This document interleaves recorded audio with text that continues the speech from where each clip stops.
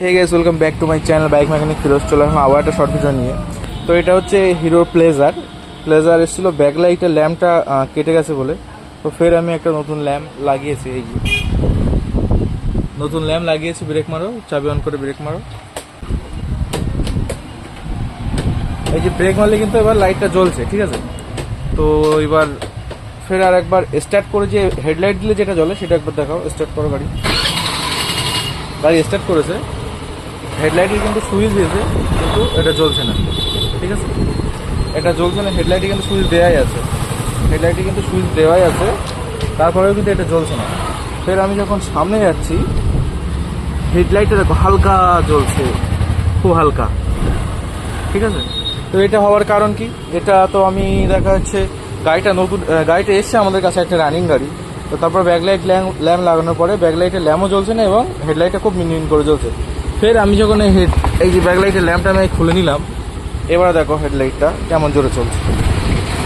এবার দেখো হেডলাইট কিন্তু একদম জোরে চলছে, ঠিক আছে।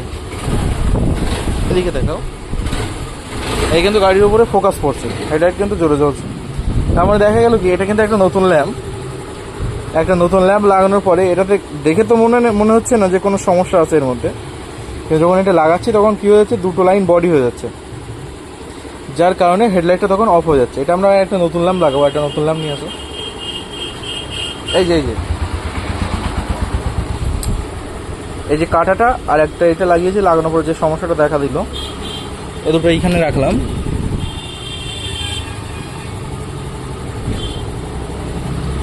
এবার কিন্তু এটা এই যে দুটো আর এটা কিন্তু আলাদা ল্যাম্প। এবার এটা লাগাবো, এটা লাগানোর পরে দেখো এটা কিন্তু হেডলাইটের সঙ্গে সঙ্গে জ্বলছে এবং সামনে হেডলাইটও জ্বলছে। ব্রেক মারলেও কিন্তু জ্বলছে। তো এটা নতুন ল্যাম্পের মধ্যে যে এরকম একটা সমস্যা থাকতে পারে, সেটা কিন্তু মানে কেউ লাগানোর পর আশা করবে না যে নতুন ল্যাম্প লাগানোর পরে এই সমস্যাটা হতে পারে। তো ভিডিওটা এই পর্যন্তই, দেখা হচ্ছে নতুন কোনো ভিডিও। ততক্ষণের জন্য লাইক, শেয়ার ও সাবস্ক্রাইব করে পাশে থাকবেন।